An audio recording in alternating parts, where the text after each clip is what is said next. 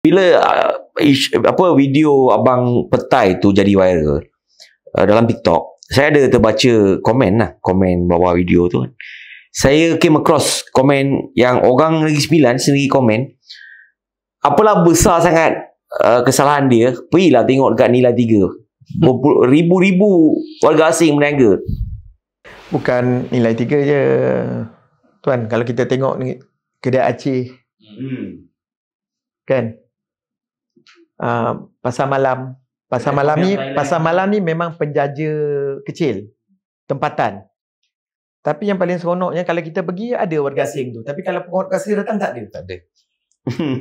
Kan? Betul. Jadi maksudnya apa? Ada info lah yang bagi tahu. Betul. Kan?